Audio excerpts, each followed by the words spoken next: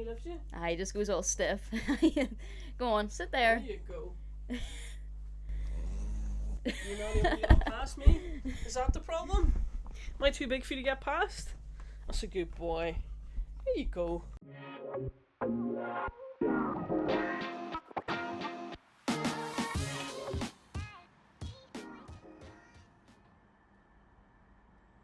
Welcome to Little Town Big Queeries. I'm trying not to panic right now because I'm freaking out. I've got my favourite guest. I shouldn't really say that because I've had other guests on.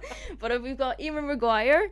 Oh my god. Award-winning musical comedian, BBC presenter, TEDx speaker, and an international award-winning science communicator. Mm-hmm. I feel so dumb sitting opposite you. It's crazy. You've been to Enniskillen before. Because I seen that you've done like a social awards here. Yeah, actually I've been to Enniskillen for a few things. I did like social work awards maybe like 6 months ago. It was amazing. It was Western Trust, we did these awards, and I wrote like a song for them to celebrate all the hard work and everything they'd done. It was a very emotional day. It was amazing. Was it good? Have you ever been to Enniskillen, like other than like work or? Yes, I have. I've been to Enniskillen for quite a lot of work things, but is the Bernavon in Enniskillen, or have I made that up? Is it somewhere else? It's not in Belfast, but if it's in Enniskillen, I've been there to that theatre as well. Ardoin Theatre? Ardoin Theatre. Maybe it's there that I've been. I've definitely been to the Killy Hevelin. I've been here for quite a lot of weddings and stuff, but because I'm from Strabane, I have been here loads as a kid because we would have come to Enniskillen for shopping. Oh, or really? for the big Asda? or for lunch or whatever. No way. So my parents would come up, and even though it's far away from Strabane, like it's probably an hour. I find a lot of like Strabane heads in Enniskillen. My key worker, I was in a homeless accommodation when I was 17. And my key worker was from Strabane. From Strabane, he was as like, well. I'm Ollie from Strabane. Like, that's how he. That was a beautiful accent. That was how he introduced himself every time I met him. I'm like, I know Ollie. We're very proud. I tell everyone constantly I'm from Strabane, but yeah, I've been here a few times, definitely as a kid, and my mum and dad would come up and down all the time for lunch. There must be good food in Enniskillen. So should I jump straight into the wee questions? Absolutely, yeah.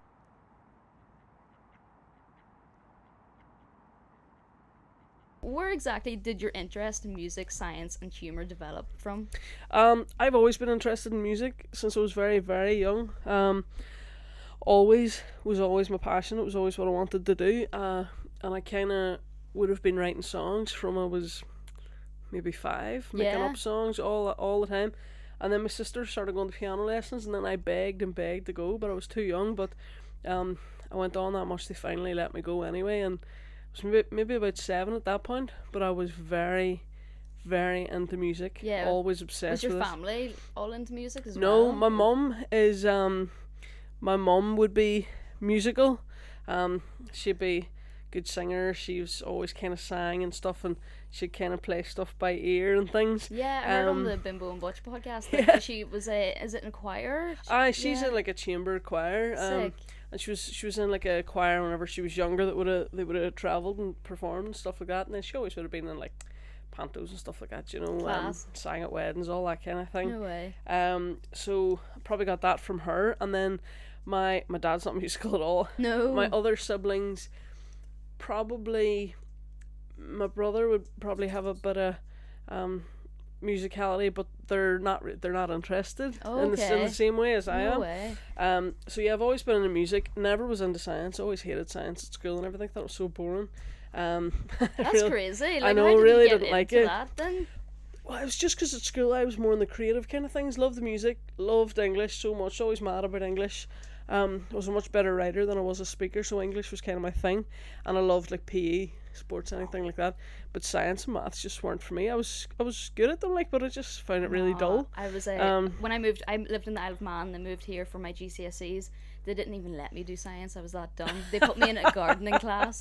Can you believe that? I didn't even know you could do that. Exactly, yeah. That's more useful. For an actual lesson, we were painting rocks. I would have loved it. I know, but rocks. Like, really, I looked into the other science classes, and they're actually doing chemicals and stuff, and there's me painting like a wee Santa hat on a rock. That'll be more useful. Yeah. So no, I hated it at school, but then I went to uni and I did speech and language therapy, and I picked it at random. Didn't know what I wanted to do, and then there was science as part of that, which I didn't know, and I really loved it. Yeah. and then I went on to the Masters in Science, and then a few more science type things. So I got into science that way. And what was the last bit? Comedy? How did I get into that? Yeah, how did you get into the comedy? I fell into it. So I started doing the science, and then I started giving like science talks and things. I was trying to improve my confidence with communication, because I always thought it was a bit of a weak point that I had. So I started doing these talks about science and things like that. And then when I was doing them, people were always like, oh, they're actually really funny. It's really funny. And then at the same time, I was always doing music and always writing songs, and I was starting to do a couple of wee music gigs. And people were always like, oh, your songs are really funny. And I'm like, what the hell? Because they were about like being broken up with. They were about I thought they were really heart-wrenching. But people were like, oh my God, they're so funny. So then I was like, God, people are saying my science talks are funny. People are saying my songs are funny. And then people just started kind of calling me a comedian, and I was like, okay. Yeah. You know, so I never wanted to do comedy, never meant to do it. I just fell into it. That's class. Yeah, but the music's always been my first love. But it's nice when you incorporate the whole thing, because I think it's really like, it's more digestible when it's like, you know, in a sing song, and you make it like likable, likable through comedy. Like I'd listen a lot more if it was like funny science, you know. Absolutely, yeah. Your early performances, from the Blue Dot Festival to the Oh Yeah Centre, showcased a blend of loop pedals, poetry, and sharp observations. When did you realise that comedy, science, and music could coexist in your work rather than separate identities? Probably whenever people started saying to me, oh, people were always saying no matter what I did, oh, that's funny. And I started to think, maybe this is the bit that I'm good at. Like, maybe this is the bit that links everything to my personality. Yeah. And like I've always been very shy, but I've always really enjoyed a bit of crack. I've always really enjoyed a bit of banter. I've always been quite witty and stuff like that. So I thought, okay, my personality's coming out the more confident I'm getting doing these things. And then I kind of thought, started off and I was like, okay, I'm doing these science talks, maybe I'll throw in a song, and then maybe I'll throw in a joke, and then it all kind of evolved. So I was doing these funny science talks, and then over time it just evolved more and more that I was doing music in it, and then it evolved more and more that I phased out the science and I was just doing stand-up comedy with music, and it was all musical comedy at the start. And as I've got more confident, I've now kind of I do like an equal mix of stand-up and the music. So yeah, it was just it kind of just all happened pretty organically. Like I never meant for any of it to happen, but I think that's the best way. It's like a beautiful accident, kind of. It was totally. It was a really happy accident. Like I never thought or wanted this to be my career. Probably because I was always very shy. Like standing on a stage in front of people would have been my idea of hell. Yeah, I couldn't do that. Like I always thought that I could do, you know, like I wouldn't have been able to do this a few years ago, but really. I started doing like the science talks and things to try and build my confidence, because I knew my communication was a real weakness that I had. Yeah. And I felt really self-conscious about it. So that's why I started to push myself, because I thought I was confident with other aspects of myself, you know, never struggled academically. I was always naturally very good at things like the music and stuff like that, but I did have a big, not a chip on my shoulder, but a big insecurity about my communication. Yeah. So that was why I started doing those kind of things to try and improve it. And when I started doing science communication stuff, I started that because there was a competition, and it said if you entered the science communication competition, you got free communication training. Okay. So that's the only reason I started it. No so way. Me entering to get free courses on communication is the reason I'm a comedian. Do you know what I mean? God. But it was all very accidental. It worked out. Yeah, absolutely. How did growing up in a small town, Strabane, influence your creative voice and your approach to humour and storytelling? And what was it like coming out or being part of LGBTQ plus community there? I think in the north, in Northern Ireland, whatever you want to call it, we have a very dark sense of humour. Yeah, we do. A very dry sense of humour. I personally, probably being biased, I think compared to the south and compared to England, Scotland, Wales, we have the best sense of humour. I think it's the best. It's the quickest. It's how the we smartest. cope with things. Definitely. Absolutely. And I think that all comes from a darkness and a dark background where you had to, as you say, you had to use humour to cope with things. That's it. Like sometimes it's all you have. And I know I used humour growing up because there were things I would have found difficult, like the communications, found Yeah. that difficult, found making friends difficult, and I started to realise that people liked when I said funny things, Yeah. and that was how I guess, connected with people. Yeah. So that would have started kind of in primary school in Strabane. I went to Strabane for primary, and like that dark sense of humour was always there. And my dad is a funeral director, so we wouldn't be morbid, but I think that kind of gives you an assumed darkness. Yeah. You know, and then we weren't like a happy clappy family in terms of very gregarious or anything like that. We were probably like a lot of families in the north, where we would be quite reserved, you know, maybe you don't talk about everything, you don't whatever. But I think that gives you a dryness in terms of humour and stuff as well. And I always like I think my dad's quite funny and quite dry and things like that. And then my mum would be a bit of crack and stuff, so but still very reserved at the same time, and probably both those combinations of thing plus the reservedness would be my sense of humour. Yeah. So yeah, I think growing up in Strabane, like, things were obviously dark in the north for a long time. They were very dark in Strabane. Just because of things that happened and stuff. So I think that means in the northwest we had a particularly dark sense of humour. Yeah. But I think that's great. Like, if you look at Dairy Girls, that's the same humour in Strabane. Probably even darker again than the Dairy humour. And I think that kind of is where my humour would be. It's not so much that mine is dark, but it would be kind of very dry, very quick. It's not over the top. It's not coming out and being like, well, everybody, what's a crack? Like, if you did that in Strabane, people would be like, no, I can't. who you think you are? You know, it's kind of a more reserved, quiet confidence, that kind of, you know, bit of crack, saying something, a bit of a wry smile, all that kind of thing. So yeah, Strabane, hometown, definitely influenced that. Family members definitely influenced that. I've never really particularly liked comedy. Don't watch comedy TV shows. Don't like comedy movies. You're so naturally funny, though. Thank you. it works. But I that's the thing. I think a lot of people want to be a comedian, so they try to be funny. Try too hard. And I think if you try, you shouldn't be a comedian. Yeah. You need to try in terms, you need to be hardworking, you need to do things, you need to turn up, you need to do your gigs. But I think if you need to act, the bit you shouldn't try at is being funny. That should come naturally. So yeah, Strabane has definitely influenced that. And like, anytime I'm home, like, the crack is mighty, do you know?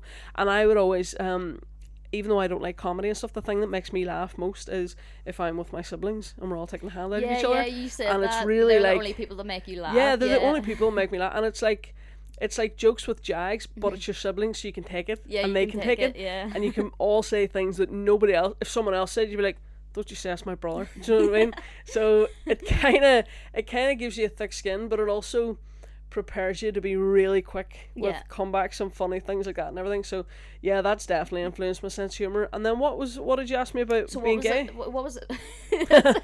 Yes, I can confirm. Hi, I'm gay. So what was it like coming out in Strabane? Or what was it like being a part of the LGBTQ plus community? So when I was younger in Strabane, I couldn't say that I knew of a big LGBTQ plus community. Yeah, to it's be the honest. same in Enniskillen. Like, it's so lackluster here. Strabane and Enniskillen are probably quite similar. Very similar, I'd say, yeah. And I definitely felt like the only gay in the village. Yeah, now, we've always made that joke. Yeah, like, now I obviously wasn't, but I would have been aware of the odd gay guy. Yeah. Nobody like me. Yeah. And I definitely felt very much the odd one out. And I, of course, wasn't, but so I was terrified. Like, Strabane is like, I love Strabane. Strabane's great, but growing up, you're very much, you go to a Catholic primary school, you make your Holy Communion, you make your whatever, which is kind of at times at odds with being gay, because you're being taught at the same time that's not quite right. Yeah, so that's extremely difficult. And like, for us, like, gay was a bad word. You weren't allowed to say gay. Oh, really? So I mean, that's how not acceptable being gay was. Now, I think if you go to Strabane now, I don't think it was anybody being against anybody. I think it was just a lack of education, or a lack of knowing people who were gay, or the people who were there who were gay maybe moved to Belfast or moved away and things. and there was too many things going on in Strabane to actually worry about, you know, gay rights, all that kind of thing. 'Cause there's so much else going on, and that probably didn't even cross anybody's consciousness. It was just, you know, the people who were gay, you know, well, that's fine. Away you go to Belfast and go out with somebody there. How was but the transition there? Did you feel like this is my place? This is like more my community's here? It was funny because I think it was more just in Strabane. I didn't know anybody else who was gay. As I say, I would spot the odd gay guy, but nobody would say anything about it. And families didn't really talk about it. But the time that I kind of started to feel like I belonged was I went to school in Derry, secondary school in Derry. Yeah. And I already felt the difference in openness around being gay in Derry compared to Strabane. Yeah. And you'll never find anybody as friendly as Strabane people, but I just think it was, in terms of that, Derry was more forward thinking because it was a city. And I was in a more, I guess, metropolitan school, and there probably were more obviously gay guys and whatever, but I remember I started going out with a girl who was mad about she was a year older than me, went to another school, and I remember I told my siblings, but it didn't really occur to me to come out to my siblings because I just thought there's no way anybody thinks I'm anything other than gay. I was always incredibly boyish. I was always, you know, I used to refuse to go by the name Emer and stuff. And really? I thought I was Mowgli in the Jungle Book. I was like, my aunties would still call me Mowgli sometimes. I was only Mowgli. I'm not Emer and all here. I was just a typical little queer kid. Yeah, you know? yeah. I was Batman. Growing up, yeah. I was Batman for a while too. Yeah, my mom was like, I was so looking forward to having a girl, and then you came out, and I was like, fuck. And she's like, oh, you called yourself Batman all the time. And, like, there's a picture of me dressed up as Batman up there with my brothers. Like, it's Batman crazy. is like it seems to be an idol because I was Batman too, and then my little niece dressed up as Batman there for Halloween a couple of weeks ago, and she's only 3. I was so proud. Yeah, you would like, be. And anytime I dressed up, they're like, oh, you're Batgirl. I'm like, no, I'm not. You're like, no, I'm not. I'm Batman. So get it right. So yeah, I never really came out to my siblings. Always had a very strong feeling that my little brother was also gay. There's 4 of us, but I was like, I know you're gay too. It's like a sixth sense. Yeah, but I never really, and I think I was maybe lucky because I have a big sister, very traditional, very straight, very well behaved, all those things, and I kind of think, because of the 2 of us, even though I was very shy and quiet, of the 2 of us, I had the bigger personality and was more alternative and things. I just thought, I think looking back now, she was never really going to have an issue with me being gay because she probably didn't have the option. Yeah. Do you know, because I would have really probably challenged her. Yeah. So yeah, I just remember my sister telling me, I just said to them all, I have a girlfriend. And they were like, okay. And then I never really gave my sister the option of, that's weird, that's whatever, that's, you know, I just was like acting like this is totally normal, and then that's how it was accepted. And then I remember I hadn't told my parents. I was terrified of what my parents would say because I thought, like, my dad's funeral director, my mum was a religion teacher, like I thought that's not going to go down well. And I remember then my sister telling me that my aunt had stopped her in town and said, I saw Emer with a girl, is that her girlfriend?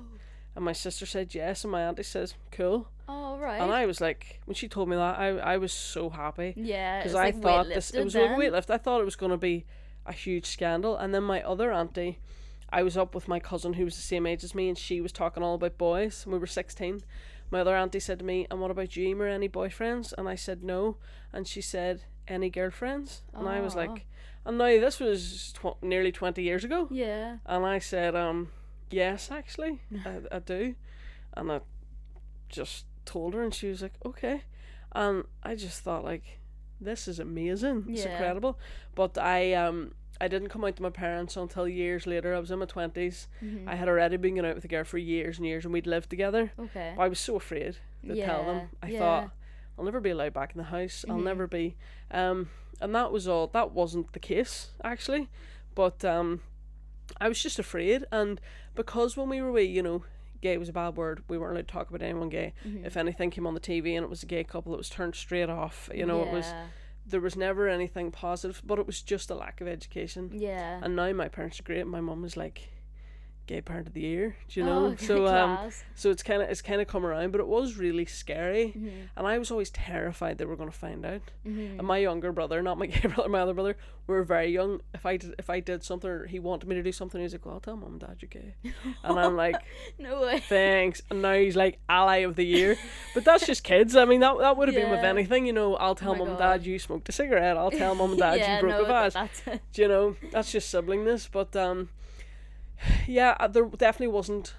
There was weirdly a gay bar in Strabane Oh, really? when I was a teenager. No way. But anytime I went into it, I was like the only gay person there. It was just everyone who wasn't gay. It was just another Okay. bar. Just another bar. It's just another bar. It was so weird. No way. So there wasn't there for me. There definitely was not a community. Do you know? And then when I went to Belfast, things weren't as they are now. They were better, but they were better than they had been before. But they weren't as they are now. So I didn't feel like, oh great, I found a community. I did not feel that at all.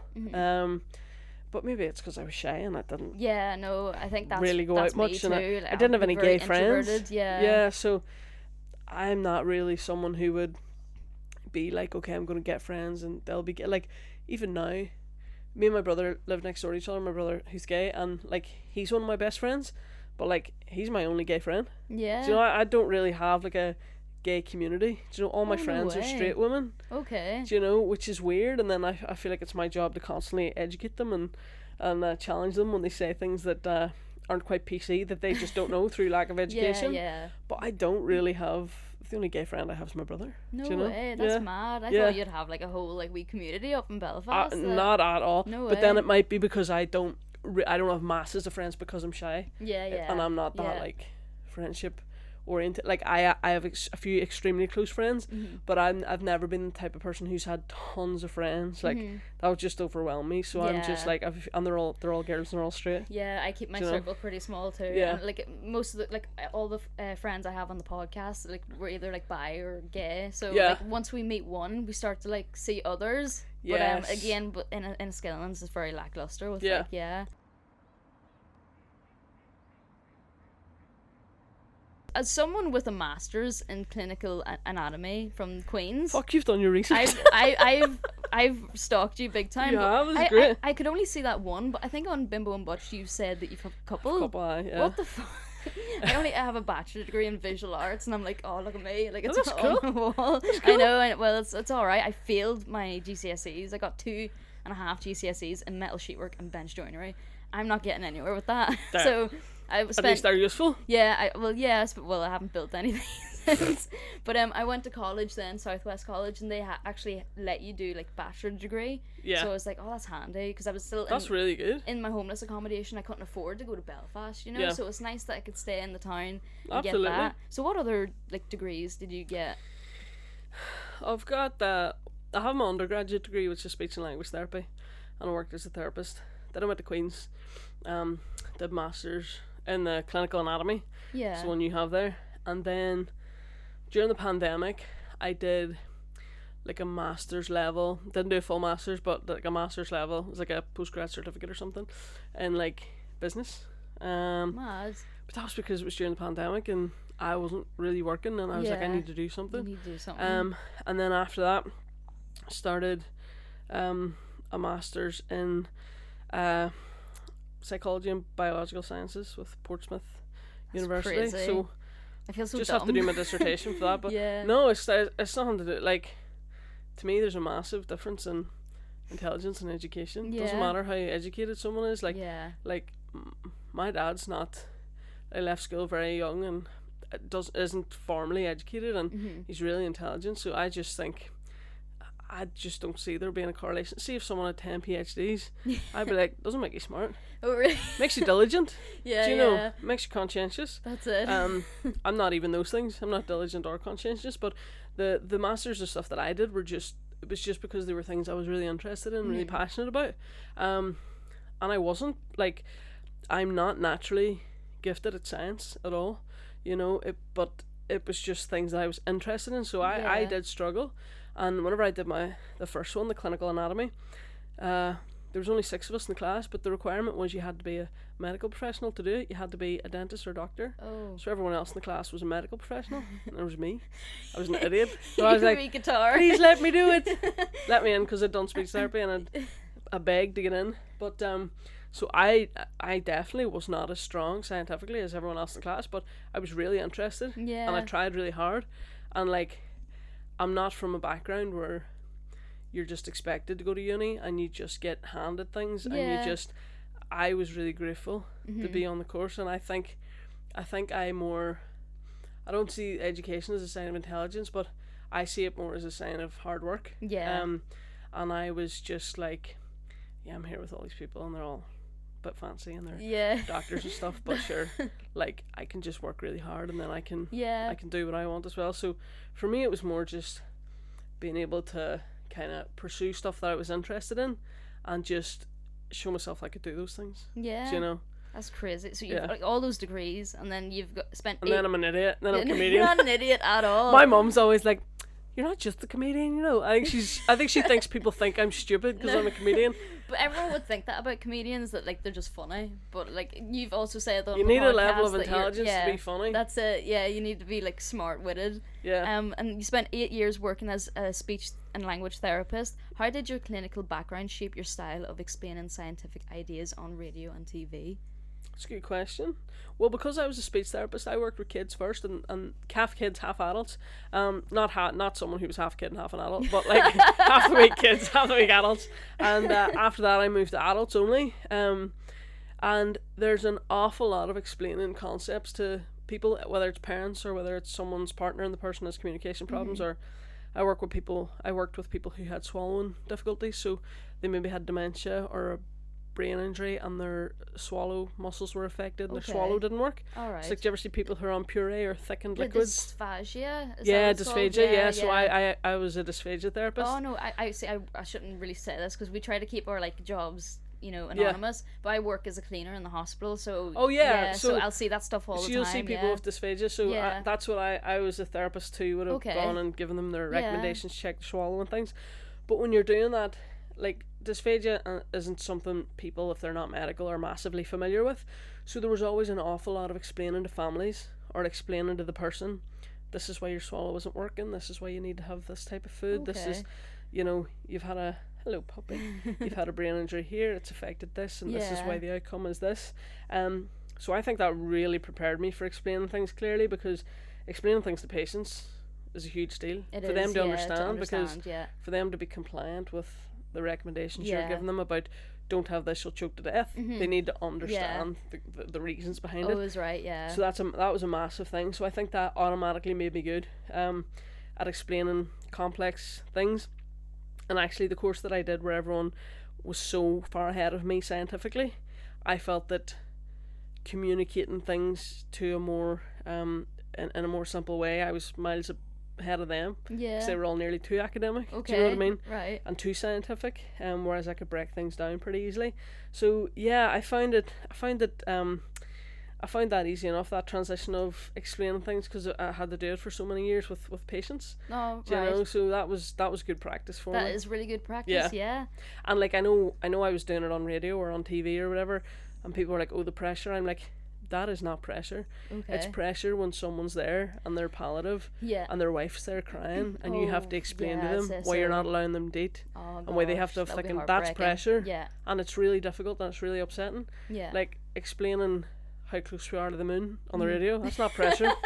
That's not pressure. No. Nobody's crying. Nobody's upset. Nobody's life. No. You're not telling someone, oh, you'll never have a normal meal again. You know, you're not giving life-changing news. So, so I actually found that easier.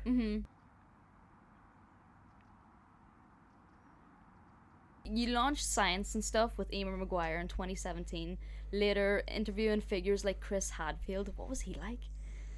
He was nice. That was sick. He was nice. He was very, like, if professionalism was a person, it was him. Okay. So incredibly polished. It was unbelievable. Right. I actually thought when I was with him, I was like, this is like, it's like peak evolution. Like, he's amazing at everything. Okay. He's amazing at being charming. But he's not just an astronaut either. He's done loads of other stuff as well. Yeah, like he's a really intelligent guy. And and now he does loads of outreach stuff. But yeah, he's been an astronaut, he's a musician, he's loads of stuff. He's just great, and I was just like, he is the best of everything. He is like a superior person. Do you know what I mean?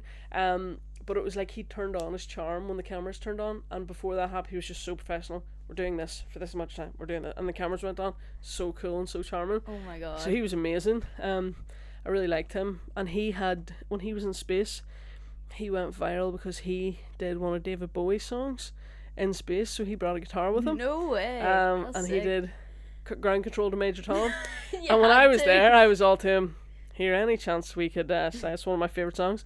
And he went up to this hotel room, got his guitar, and we did a duet of it. No way. And it was so cool. That's And I was just like, well, this is amazing. Yeah. So yeah, he was nice, but I was kind of in awe of how cool and intelligent he was. Yeah, he was amazing. No, I'd love to, like, I don't know, I would have so many questions for, like, yeah, an astronaut or anyone that works with space. Yeah. But what was the moment you realised that you can merge performance with science communication on a professional level? Probably when I did my first few science talks, and you know, I did some of them on big stages, and there were, you know, lots of reactions from audiences, lots of laughs and things, and I thought, yeah, you don't have to be a teacher to do science. You don't you can do it in a kind of performative way, you know, and it can be a bit of crack. So probably when I was on bigger stages doing science communication and people were laughing, that's when I was like, okay, I could do something with this. Okay, you yeah, know? that would have been such an pivotal moment there. Yeah, like, it was I'm cool. onto something. Yeah, it was cool. You've quoted on Instagram, one of my all-time favorite topics is space, which is mine. I love space. What is your favorite or scariest space fact that you can share? I don't have any scary ones because I don't really find them scary. Oh man, are you serious? See, Yeah. I could watch like documentaries on like black holes and all that, and I'm like, my mind can't comprehend that. Can't It's so process it. weird.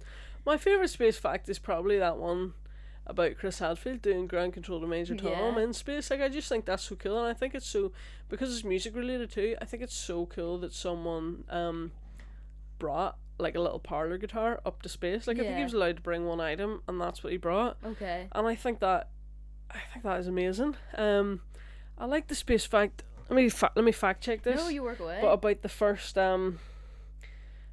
music played in space. Do you know this one? No, please enlighten me. There's astronauts and they smuggled a harmonica on board, and it was 1965, and it was December, and the first song that was ever played in space was Jingle Bells. No way. That's cool, isn't That's it? class, yeah. It's cool that it's not like something niche that nobody knows. Like, it's Jingle Bells. Yes, So I quite like that fact. So I like anything that's kind of space related with a little bit of music or a little bit of pop culture as well. Yeah. It's cool.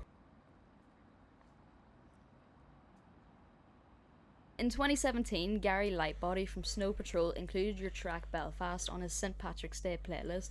What did that endorsement do for your confidence and career momentum? The thing it probably had the most impact on was my confidence, because it was doing serious music at the time, not comedy, and it was the first song that I had, the first and only song that I actually released as a musician without being a comedian. And I just remember somebody tagging me on Twitter, and it was like, yeah, Gary Lightbody's put you as the first song in this No way. playlist of Irish artists that he and I was like, what? Because I've always been a massive Snow Patrol fan. Yeah. And I'm a massive fan of Gary Lightbody because I'm so into songwriting, and I just think he's an incredible songwriter, and he's so talented, and I feel weirdly so proud that someone from here is one of the best songwriters in the world. Yeah. So it meant more to me. I don't know if it's like because I'm autistic, but I have no interest in someone famous or someone whatever for the sake of fame or anything like that. Yeah. But I really respect people for specific things. So if someone has a talent that I really respect, that's what I like about them. So if Gary Lightbody was like a totally unknown songwriter, I would feel the same about him, do you know? Yeah. But I genuinely think one of the best songwriters in the world, and he's from here, So and that's close to incredible. home, So yeah. close to home. He's down the road from me. Like, I just think it is amazing. He gives so much back to the music community here. So yeah, whenever he posted me, I was like, I'm delighted by that because he's someone whose work I really respect. Yeah. So that would have been such a pick me yeah. So it probably had the most. People saw it obviously because he had posted about it, which was great. But for me, it more gave me a little confidence boost. Yeah. Because songwriting's always been my passion, and that would have been lovely. and he's an amazing songwriter. Yeah, so it was great. Yeah. Definitely. You've performed everywhere from Stormont for International Women's Day to the Grand Opera House. Which venue or event felt like the moment you broke through? Well, during lockdown, I'd contacted this the people who put on kind of all the comedy shows and everything in Belfast, and I was like, here, I want to give kind of being a comedian a real go. Can I do a gig? And they were like, where? And I was like, the Ulster Hall. They were like, are you serious? Because the Ulster Hall's a huge, iconic venue. And I was thinking in my head, like, if this goes well, I'm going to go for it with the comedy. And if it doesn't go well, well then, that'll teach me. Yeah. And I panicked for a year about that gig. And I really was so nervous. I would have been up at night, waking up in a cold sweat, terrified. That was me today. I was just like, I can't believe it. But yeah. But mine was not in a good way. I was petrified, and I thought, if I can do this. And then on that night, I did it, and it was my first show, my first big solo show. And there was maybe, I had other shows before that with maybe a couple of hundred people. Okay. But this maybe had about 700-800, and Jeez. the nerves, and it went so well. Yeah. And afterwards, I came off the stage and I thought, this is what I want to do. I can do this. You can. So it's issues with my confidence and stuff. I thought I actually can do that. So that was really, really pivotal for me. Cool. That was massive. And then last weekend there on Saturday, I did a show at the Grand Opera House in Belfast, and it sold out months in advance. Yeah, that was your biggest. My wasn't biggest, and I don't have a manager. I don't have an agent. I don't have Okay. anybody. You did all that. It's by just yourself. me, and I think to sell out the Opera House with no backing is Fair pretty play. good. Fair play. And there was over 1,000 people there. It was the best night of my life, and I thought a couple of years ago I was at a show in the Opera House, and I Okay. said, I want to do a show here someday. And at the time, I didn't think it would happen, but I thought I wanted to happen. Yeah, you manifested. Yeah, and even a few weeks before my show, I was there with my mum and my brother. We were there to see this musical comedy troupe, Fascinating Aida, who are these like 3 older women, and they were incredible. And my mum said to me, oh my god, in 2 weeks you're going to be here and you're going to have to keep all these people's attention. I was like, thanks mom. You're freaking me out. Oh, shush. I was like, shut the back up. But and I kind of sat there and I was looking at all the people and I was like, holy shit, like, I am going to be doing a gig here and they're going to be Yeah. here to see me. And even when my friends were arriving on the night, they were coming to me and they were saying like, why are all these people here to see you? And I'm like, I don't know. Yeah. I don't know. But that gig felt really pivotal for me because I've done smaller venues, I've done so many gigs, I've done whatever, but that just was a very big gig for me. And it just, things this year have kind of taken off for me more than before, and that gig just felt like kind of the icing on the cake, and kind of Cool. people are really getting to know me, and Yeah. it's been a culmination of kind of years of working away, doing all the gigs, doing the gigs nobody's at. Yeah. So that was a pretty big moment for me as well. You know, Cool. it was emotional. With shows like Hilarious Humans, Up to High Dough, In Her Element, One for the Road, and Socially Awkward, how has your comedic voice evolved from observational musical comedy to where it is now? The thing I keep mentioning, but it's the confidence that's evolved most. And my when I started, I would only do songs. I was Okay. terrified to talk. Yeah. I was terrified to talk to anybody in the audience. I was terrified to go off my song script. And now, like, I would not put down my guitar. And now I get up, I do stand up, no guitar, I'll just chat and chat, walking around with the mic.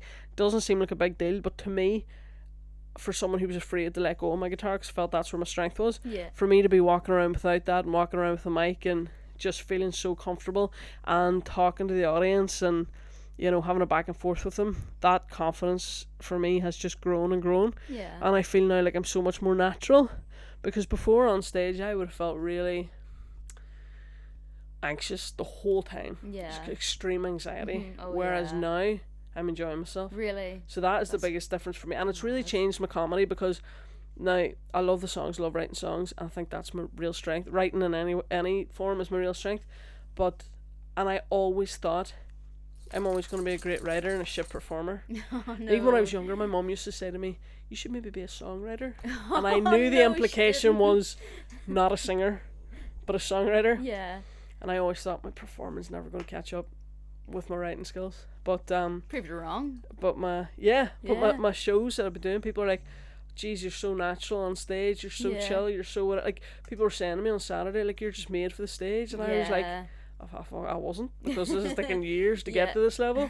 But that's good. So that's the main way that my voice has probably changed. And even when I started doing comedy, I would have felt very self-conscious. Like, I wouldn't have said on stage about being gay or anything. God, I was terrified of getting bullied or getting, you know, or standing out or anything. So now I'm just totally 100% myself, you know. And I didn't say, I have two dogs as well. He's a wee dote. He's all right. So I was terrified of being myself. I didn't mention that I had an autism diagnosis on stage for years either, because I was terrified of what people would say. So I've really kind of in the past year or two just embraced who I am. Yeah. And I think that's improved my comedy massively. That goes to my next wee question. Your song Perfectly Autistic dispels autism stereotypes. What misconceptions were you most determined to address? The main one, probably that autism is for boys. Right. Girls aren't autistic. Obviously girls are, but for years and years people thought it was a exclusively male thing to be autistic. And people think, oh right, well if you are a girl and you are autistic, then, you know, it's the same as the boys. You must be good at maths. Oh right. You must love trains. You must be socially a bit weird. Symptoms of autism for girls are opposite to boys. Like, you're more likely to be creative. Okay. One of the symptoms is you have a higher than average IQ. Right. One of the symptoms is things like, the traits are like, you're more likely to excel at music, English, the creative subjects, whereas boys are more likely to excel at math, science, the more concrete subjects. Right. You're more likely to have obsessions that people don't notice because they're socially acceptable. So girls might be obsessed with makeup or Irish dancing or things that people see as socially typical. Okay. But actually the intensity to which you're obsessed with them isn't normal. Yeah. So it's probably just dispelling the stereotypes that are gender related. And also people thinking if you're autistic you're stupid. Mm-hmm. Like, older people seem to think that. Obviously not everybody, but the odd person, as soon as you say you're autistic, start talking to you like you're stupid. And obviously it's well meaning. And actually that never really annoys me, because I always think, don't get annoyed at people for things they don't know. But just educate them, and then they'll know for the next person. It's a bit of ignorance, isn't it? It's totally ignorance. So but people do talk to you like you're stupid. And I have Dougal, who's an assistance dog. Yeah. And I only didn't bring him today because I knew you had a dog, and Dougal's afraid of everything and anything, so I thought he might be scared. Murphy's kind of like us. Like, I would much prefer dogs than humans, and Murphy much prefer humans over dogs. Like, we've just babied him so much. So because you said that he was like my little dog, my little dog doesn't like other dogs and only likes people, so I thought, he's not going to like Dougal, and Dougal's going to be afraid, so I didn't bring him. But Dougal's an autism assistance dog, and like, people will regularly stop me and be like, you've probably seen this on my podcast, like, they'll be like, you know, oh, you'll be very sad when he goes, and I'm always like, goes where? And they're like, oh, whenever you give him to the poor wee disabled child. And I'm like, I am the poor wee disabled child, like, he's my assistant dog. People stop me all the time. Who are you training him for? Is he a guide dog? Is he whatever? How long do you get to keep him for? And I'm like, people here are so unfamiliar with the concept of autism assistance dog. It's different in England. There's a lot more. It's quite a new thing here. But even stuff like that. So then I try and normalize all that by writing like the perfectly autistic song, or by talking about the fact that you can be a girl and you can be autistic, or, you know, there's a bigger crossover between being autistic and being gay, or whatever, being autistic, being trans, you know, or like talking about, you know, you can have an assistance dog and seem perfectly normal. Do you know what I mean? Or you can be a comedian and be up on a stage and seem very confident, but you need a lot of support at home. Like, you know, I would frequently feel very inadequate, that I'm not good at domestic things, and people are always like, well, your mum must not have taught you. Like, my extremely strict parents, I have 3 siblings who are good at everything house related, amazing cooks, very tidy, very whatever, but because I'm autistic, I have really poor executive functioning skills. Yeah. I can't really cook, can't follow recipes, can't really follow instructions and things like that without quite a bit of support. And I was saying to my mum recently about, I really wish that I could cook like the other siblings, and like I wish I could look after myself better and whatever. And like before I knew I was autistic, my mum and dad, I think they thought I was lazy. Oh, right. Like really yeah. bright but lazy. But now my mum's like, well, you know what? They can't get in front of a stage and sing songs they've written in front of 1,000 people. Yeah. We all have our own skills. And That's then it. I'm like, that's actually really nice. So educating people helps, because I had to educate my parents a lot as well. So yeah, I just want people to be a bit more open-minded, but I really don't agree whenever someone says something wrong or they don't know, or they say something ignorant, they get cancelled. Yeah. I don't agree with that, because No, they people just say need things out of, educated. they just need educated. People Yeah. just say things out of ignorance, and you just have to say, actually, that's not how it is. And then the more helpful thing is just to educate them, then they'll not make that mistake again. Beyond comedy and music, you've become involved in podcasting, presenting, academia, and even acting.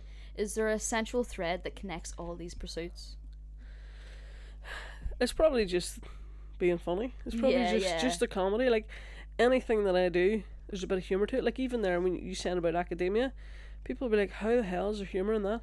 But like for the biological science and psychology one that I was doing there, it was Masters of Research. Yeah. And my research subject that I had submitted for the course to get onto the course was basically, are apes good crack? Like the apes take the piss out of each other? Like That's do they so tease each other? I'd love to sit there during Yeah. that. It's so good. And like for it I got to watch all these videos of apes and chimps and their interactions, and they would be teasing each other or pulling each other's tails and running away, just like it's kids so would. interesting. And it was seeing, do they have an understanding of what a bit of crack is, what a bit of banter is. So like even if you're doing something academic, it can still be a bit of crack. Do you know? And if you get to talk to people about that kind of thing, that's funny. It is. Do you know funny. what I mean? Yeah. Like there was one video I watched, and there was they gave a couple of wee troll dolls into the chimps, and like the chimps were teasing each other with them or hiding them from each other, No way. and stuff the kids would do. Exactly. Do you know? Yeah. Stuff that was funny to watch.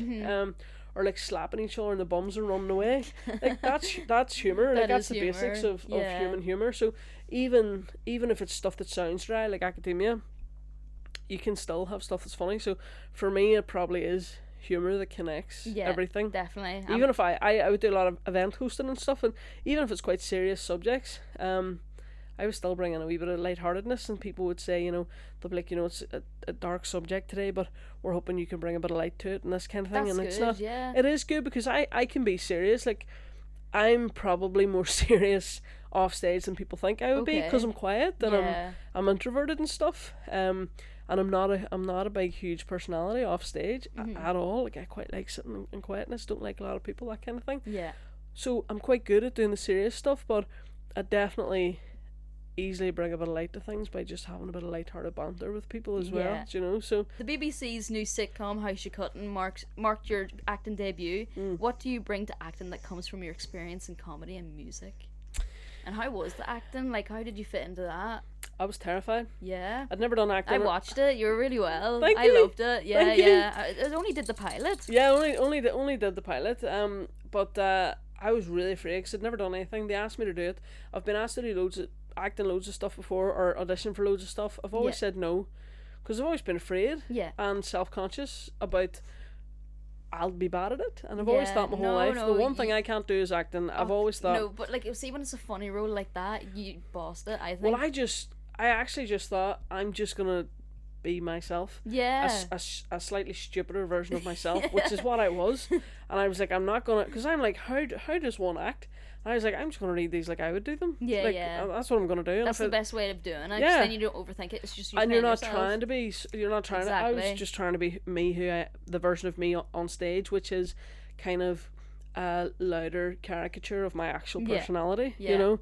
So I just thought I'll be that, but a little bit stupid. And I really enjoyed it. Yeah. I thought I would hate it.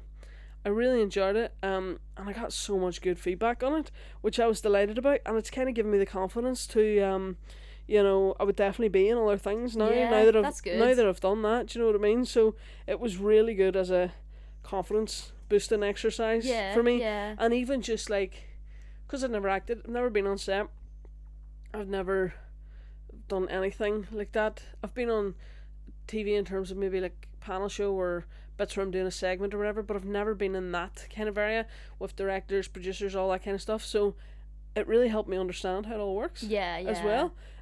Cool. So yeah, I loved it, and I just, in terms of music, probably not a link with the music, but with the comedy, definitely helped me with the kind of comic timing. And there were a few lines, quite a lot of my lines, that I just kind of made up a line on the spot, you know. And I think being a comedian and dealing with people and being quick kind of helped with that, you know. So it was really well done. There was like a few moments where I was just like, oh, like your name was Nora. Yeah. And there was a few moments where you're talking. I'm like, no, that's Emer. Yeah. There was, like, it was the just way me. you held your face. You're like, yeah, it was so just good. me. It was just me. Well done. Thank you.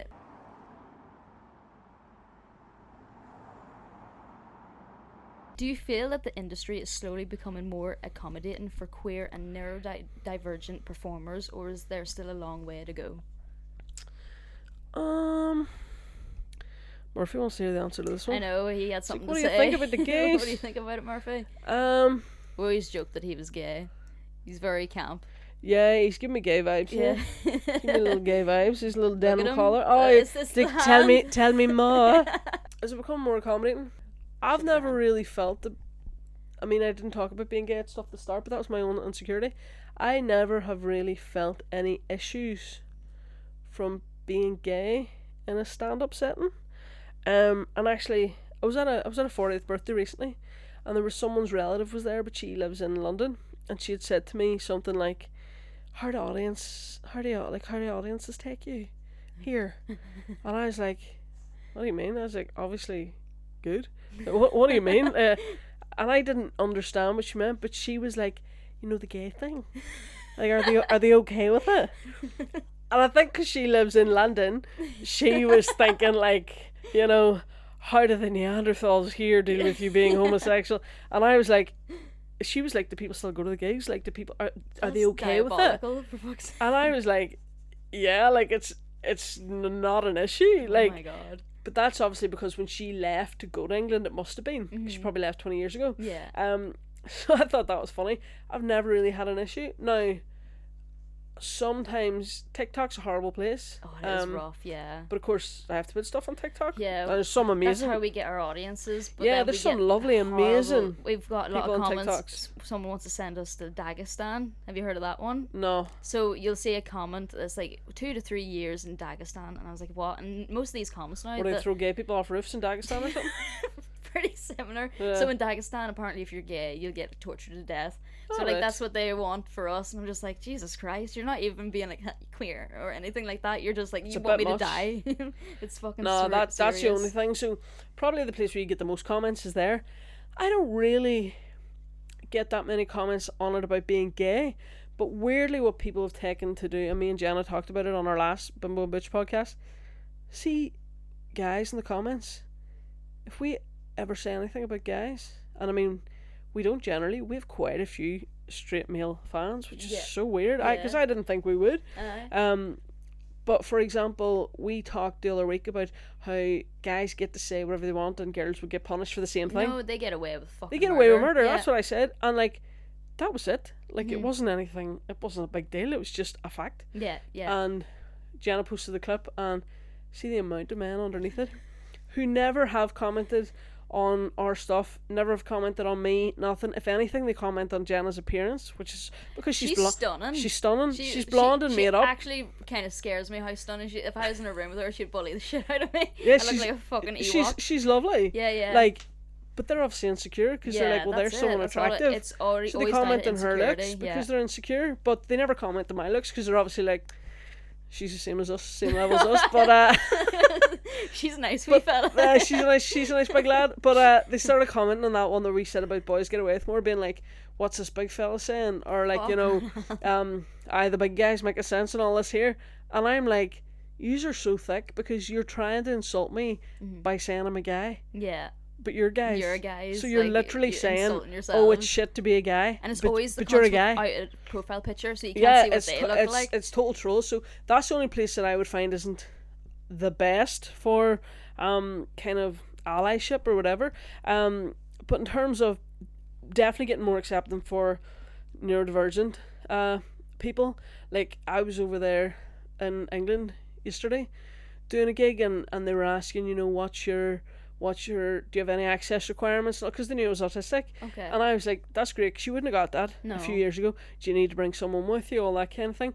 But they are getting, even with, actually, now that I say that, see, in the past year, the amount of people, journalists, people doing gigs, people organising things, the amount of people who have said to me, sorry, what are your pronouns? I never, before this year, no one ever asked me that in my life. Yeah. So I don't know if everybody's had a massive group training. They're like, anybody with a mullet, ask them their pronouns. But only in the past year, I got a message today asking it. Even I have a girl who books my corporate stuff. She had messaged me the other week saying, oh, they're in contact asking, you know, what do you prefer to go by? Like, what'll I say? And I said, well, what do they mean? She's like, I think they mean like comedian, musician, whatever. And I said, yeah, comedian. And then she wrote back and she was like, oh no, they're asking about your pronouns. I was like, what the hell? But see, before this year, yeah, no, it wasn't a thing. Not a thing. No. So people have definitely, I think, in the past year or two, acceptance of everything has just skyrocketed. Maybe not acceptance, awareness has just skyrocketed. Yeah. You know. You've hosted women in tech conferences and LGBTQ plus comedy panels. How do you see your platform helping reshape representation in Northern Irish performance culture?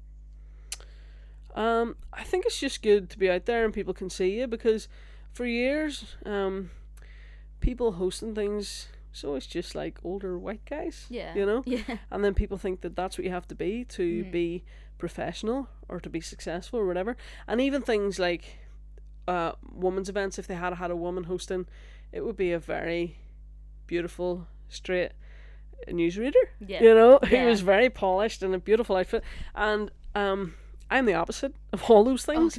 Oh, no. Do you know what I mean? Like, I go and I do black tie things, but I mean, I'm there in a tux and a velvet jacket and a peacock bow tie, and it's very, you know, different to what people are used to.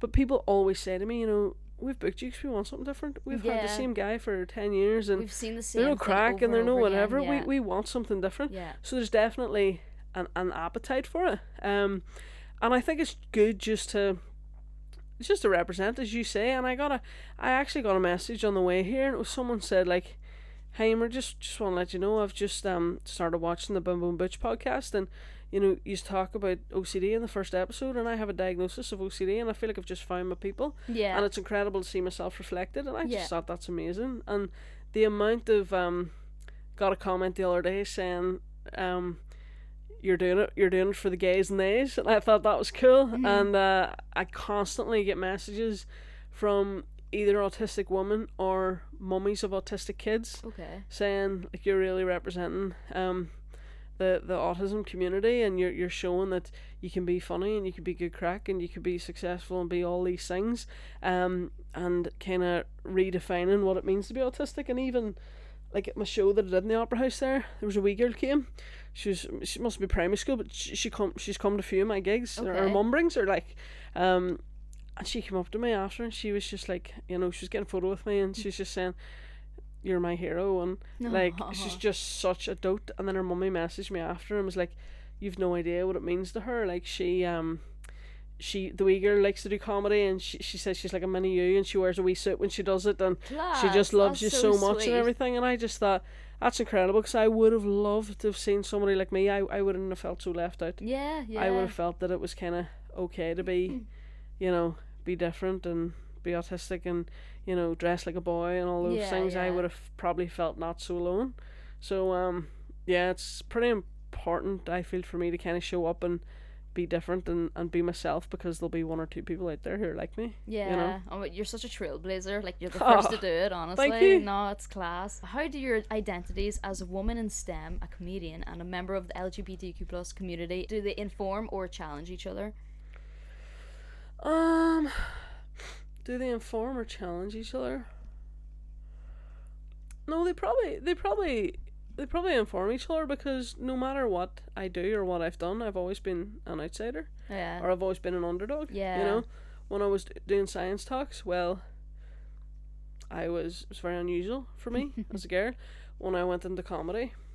Big boys club. Yeah. Very unusual to be here. And even I feel like gay representation in comedy and things, I feel like you're automatically thinking, even back in the day, Lily Savage or Alan Carr, or like a very strong campness. Yeah. So I feel like someone like me has not been the type of person who's traditionally been around. Yeah. Do you know? I don't know, these days now, in more recent years, there's been the likes of Hannah Gadsby, maybe, who is, you know, one of the only people who's like me, who's butch, who's autistic, who's gay, who gets up on stage, wears a suit, whatever. Like, but apart from that, she's more recent years, and she's a good bit older, and it's taken her a long time to get there. So I think the way that they've all informed each other is that I've always kind of been an outsider. But that's fine with me, because you know yourself, growing up gay in a small town. Yeah. Like, I'm quite comfortable being an outsider. I'm fine with that. Yeah. I've never known anything different. So people will ask me about that, or how do you feel being a woman in comedy, or, you know, how do you feel being gay in comedy? And I'm just like, it's no different. I've always been different. Yeah. Do you know? So yeah. I'm just different in a new area. Yeah. I feel like such a black sheep in the family, but now I've just kind of like owned it now. And yeah, like, you just have to. Yeah. You just, like, I was always afraid. Like, when I was younger, when I was a teenager, I remember someone saying to me, we were going out to like a bar or something, they were saying to me, you're not going to get in the way you dress. No way. And I was like, because I would just wear jeans Yeah. and a shirt. So they were like, you have to wear a dress, you won't get in. So then I did, and I felt like I was in drag, because it's the opposite of me. It's totally. And I got in, so then I thought, oh god, I'm going to have to dress like this all the time now. And then I remember, if I ever didn't dress like that, a couple of times boys would have said things to me, and I was terrified. So I was always so afraid of not fitting in case I was noticed and bullied, or in case I was noticed and harassed. But now, I don't know if it just comes with age. Now I don't care. Now I'm like, absolutely, say something to me. So, I dare you. Go ahead, I dare you. Whereas when you're a teenager, you're younger, or you're a girl, you just think, if a guy says something to me, if I'm on my own, and a guy whereas now I'm just like, go ahead, see what happens. Like, do you know, I can take it now. Do you know, whereas younger, I probably wasn't confident, and it probably would have crumbled a lot easier, and I just felt so much pressure from people. But when I was younger, it was not like it is now. It wasn't like, okay, be yourself, dress how you want. It was like, oh, you're not wearing that, you know, or, you know, are you not interested in boys? You know, there would have been a lot more pressure. Whereas now I feel like I've really leaned into who I actually am, and I'm so much happier. And I just feel like, I don't know, I think that comes with age, you know, kind of knowing who you are and being confident to be yourself, and just taking the consequences. Like, somebody commented on one of me and Jenna's videos the other day and said, boo dykes. Some guy with no profile picture. I'm like, what are you trying, like what are you saying? Like, I'm gay, it's not insulting. Or like, people will say to me, you know, they'll try and insult me by saying, what are you, trans guy? And I'm like, that's not an insult. I'm like, that's not who, I don't know who you're trying to insult, because it's not insulting to me, because I don't find it offensive to be a trans guy. No. So anything, you're not, it's insulting to your own intelligence. That's it, and like, trans people, to me, they've got a custom body. You know, like, exactly. That's like, you give me a compliment here. Yeah, like, that's ideal. Yeah. But I'm like, it's so, when they say that to me, I'm like, you're insulting trans people by saying that's something people wouldn't want to be. But you're not insulting me. No. Because I don't find that offensive. No, not at all. And like, if anything, it's a guy saying it, you're kind of insulting yourself. That's it. Because you're saying it's offensive to be a guy. That's it. So like, think about it. Think about it, dummy. Think about it. Yeah, they're not the brightest.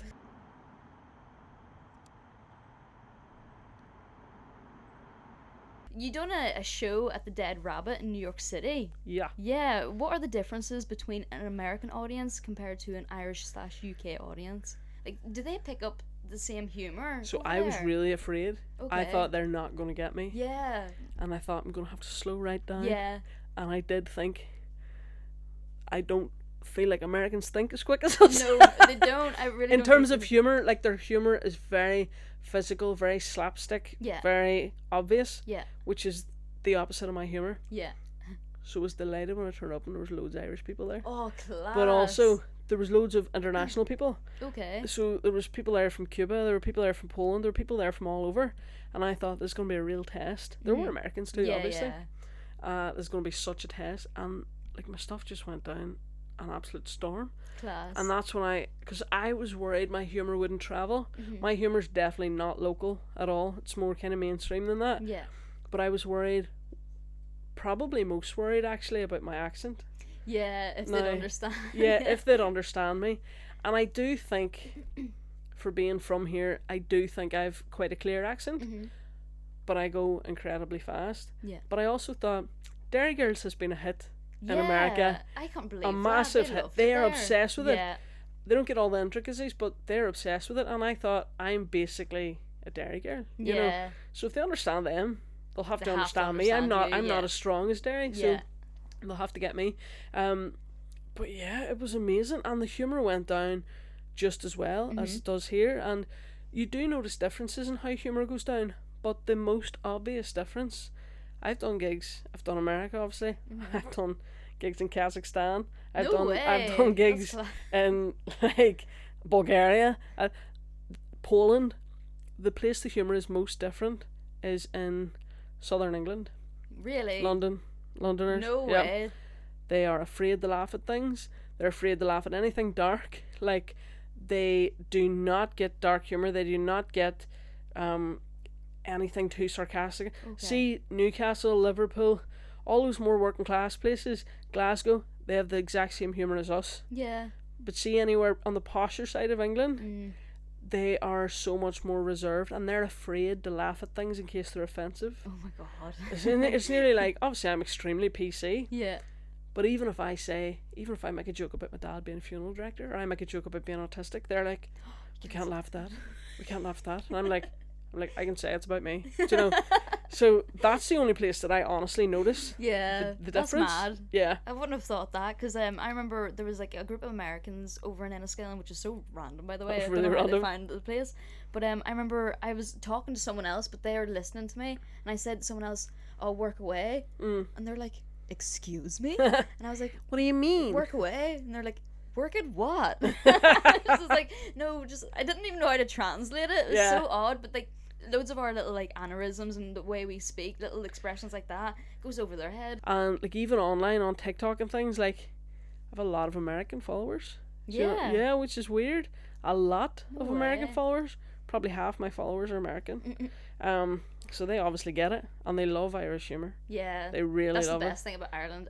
Who can hate the Irish? Like, exactly. No Well, some people.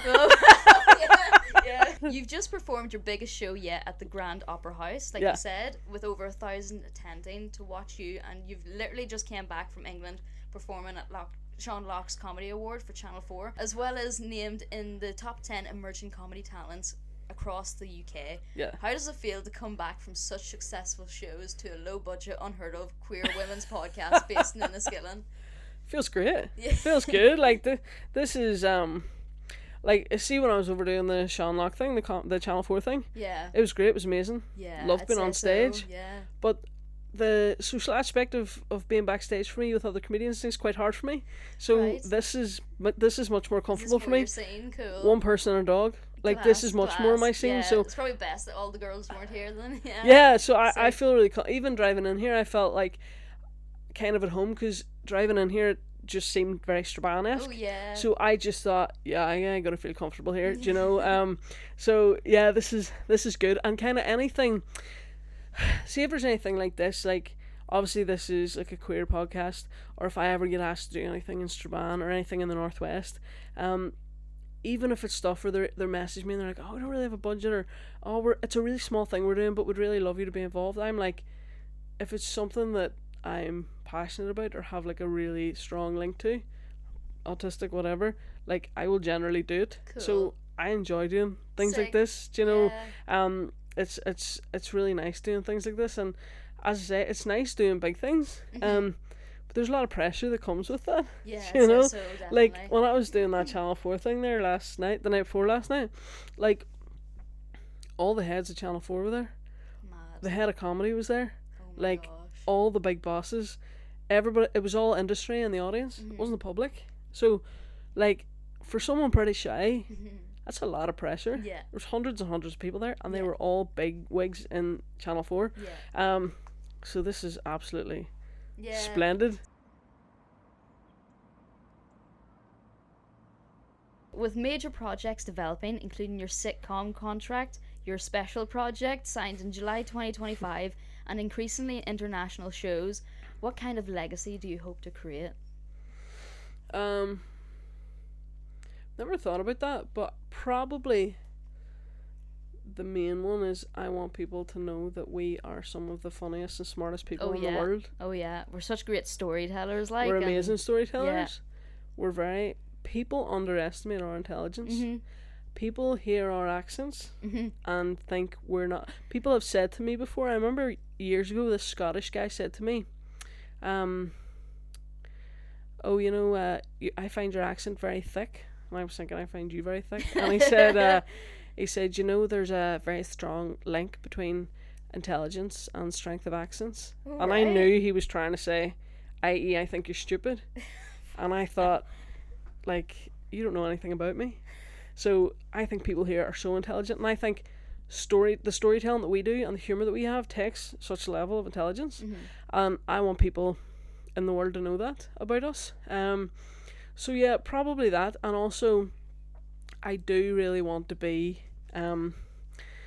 like an advocate for, you know, being working class, being gay, being autistic, and you can still be successful, and you can still be likable, and you can still be a comedian, and you can still, you know, you don't have to be someone that everything's handed to, or you don't have to be a guy who this was always his destiny, or do you know what I mean? You can be someone who's fallen into something because you're naturally quite good at it, and kind of rise up and kind of get bigger and bigger, and if you work hard you can do whatever you want. So yeah, the legacy thing is probably showing people that we are great from here.